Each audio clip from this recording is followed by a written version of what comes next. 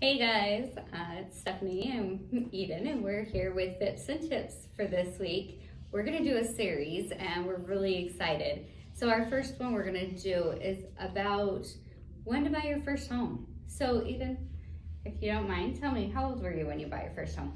I was 21 when I closed on my first house. That's super exciting. It was really scary, but it was really exciting too. Yeah.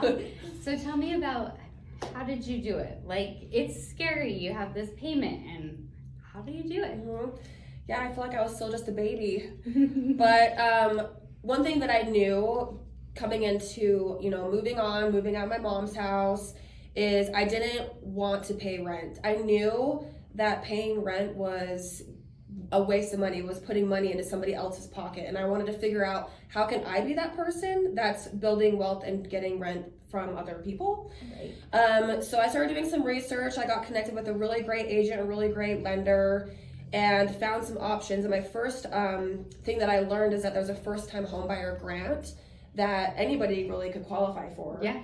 And I think that's one thing that I was really worried about. Is I was 21, I didn't have any money. Like, I didn't have $20,000 or $30,000 to have a down payment on a house. And you can get those first-time home buyer grants now. Yeah, you absolutely can. And those grants, it's kind of like a second loan on your mortgage, and it only added about $60 extra to my mortgage payment. So it wasn't anything unreasonable. But first of all, finding out that I had that resource was like, okay, we're ready to go. I'm going to buy this house now. And then, just kind of like looked around and saw some new construction homes, and I ended up buying a new construction. Nice. Nice. So tell me, how much equity do you have in that house?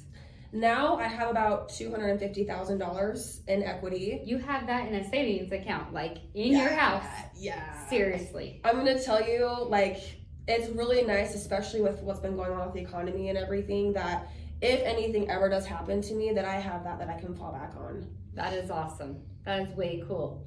So if you weren't thinking about buying a house, and now knowing in just a few years she's got $250,000 in her bank account, sitting in her house, and you can use that if you ever needed it just by refinancing.